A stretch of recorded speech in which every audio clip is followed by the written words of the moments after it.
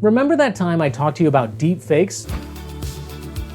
Or how about the episode on Elon Musk? What does it mean when one person can just take over a platform? Yeah, the jury's still out on that. Anyway, those two topics recently collided with today's subject, cryptocurrency. In a video that made the rounds on YouTube and other social media sites, a deepfake Musk implored people to put their cryptocurrency into a platform called BitVex, promising major returns. Everyone who invested their cryptocurrency will be able to receive exactly 30% of dividends every day from the invested amount.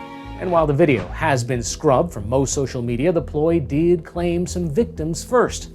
This is just one of the many ways scammers have managed to steal people's digital dollars in recent months. According to the Federal Trade Commission, from January of 2021 to March of 2022, more than 46,000 people in the US fell victim to cryptocurrency scams, losing more than $1 billion combined. So before you buy that Bored Ape or take advice from one of the many celebrities vying for your digital dollars, let's take a look at how a lack of literacy, a lack of regulation, and straight up scams are shaping this financial market.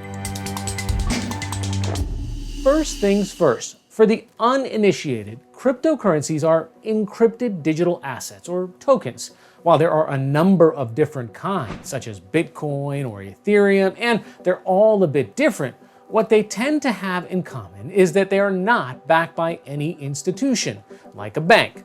Instead, their value really comes from buyers believing in it, and a lot of cryptocurrencies have been working overtime to try to convince you of their worth. Financial fraud has a long history, and it's being replicated widely with crypto. Software engineer Molly White noticed all those ads and celebrity attention, and as someone who's been following this burgeoning market for years, she was concerned that all this hype was hiding a crucial part of the crypto story: how often things go wrong. I felt like there was this other side of things that was all of the scams and all of the hacks and the people who were losing money that they couldn't afford to lose.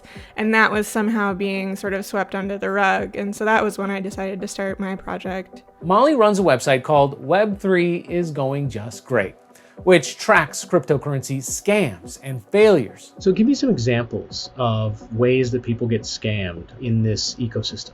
And we're seeing, similar structures from history being repeated with these scams. Ponzi schemes are not something that were created with the advent of cryptocurrency. Those have been around for a long time, but people are pulling them off with cryptocurrencies. The one thing that crypto does add to the equation is it makes it very easy to transfer money in a way that is more difficult to trace and makes it a little bit more difficult for authorities to unwind those transactions and determine who is behind some big crypto heist.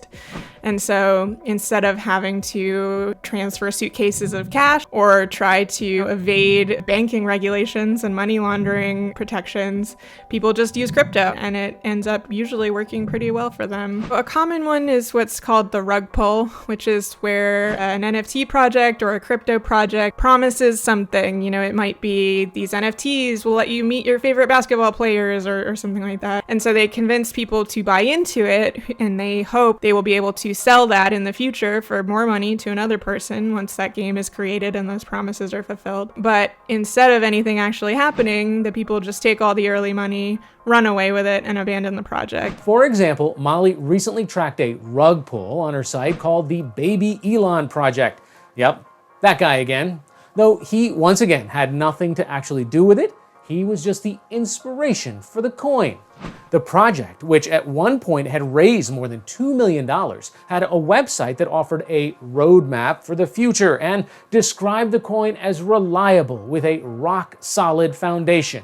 But in early June, the team behind the token did a rug pull, taking a ton of funds out of and reinvesting them into another cryptocurrency, causing the coin's price to plummet and leaving it essentially worthless. Why are so many people taken in by, fly-by-night operations where the people who sold you these NFTs or these cryptocurrencies, in some cases, literally just vanish with your money? For one, there is this culture of anonymity that is very prevalent throughout crypto, where it's just widely accepted that the people behind crypto projects may be completely anonymous. And so people are willing to just trust faceless, nameless people with their money, because that's what everyone does, which has not worked out well in a lot of cases, because when a faceless, nameless person runs off with your money, it's extremely difficult to sue them or take them to court. There are these bold promises that are being made in crypto, and I think people are somewhat taking advantage of the lack of financial literacy and also just the desperation I think that a lot of people are feeling in today's economy, where people are not making enough money from their 9-to-5 job and they feel like they need to take drastic measures and high risks, and crypto takes advantage of that. The FTC warns in their report that imposters are also a major concern when it comes to crypto, with people believing a friend or a brand they like, or even that the government is encouraging them to sign up for a cryptocurrency, when in reality,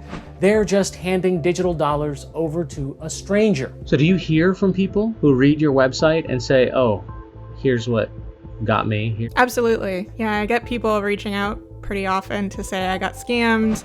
Do you know what happened? Honestly, there's so much of it that it's hard for me to look at every single instance, but I think people broadly are really having trouble understanding what's happening to them after they put their money in. Who's watching this financial fraud? Because if there isn't sort of a court infrastructure yet, I mean, do our existing government agencies have the authority to go after them, the FTC and the SEC and others?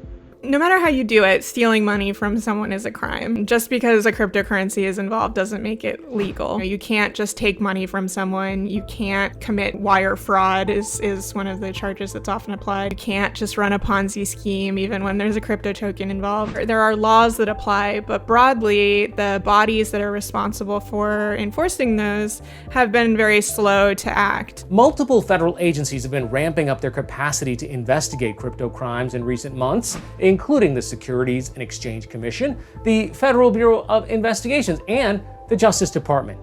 In March, President Biden signed an executive order further directing resources and calling for recommendations from these agencies and others on how to address risks related to cryptocurrencies. And several bills have been introduced in Congress touching on some of these concerns.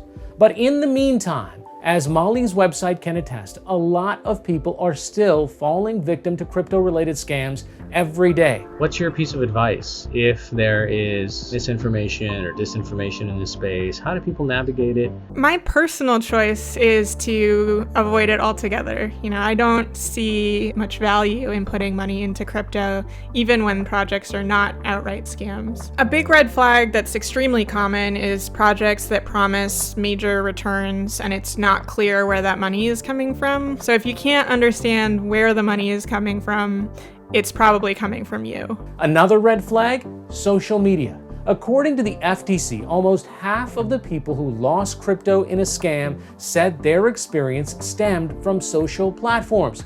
So be cautious before you provide any financial information after clicking links or ads stemming from these sites. If you're looking to improve your literacy on this subject, Molly's website has a helpful glossary of terms you might come across in this space, and before you invest, it's probably worth seeing if the coin or company you're interested in has made an appearance on her list. Until next time, I'm Hari Srinivasan, and this is Take on Fake. Thanks for watching.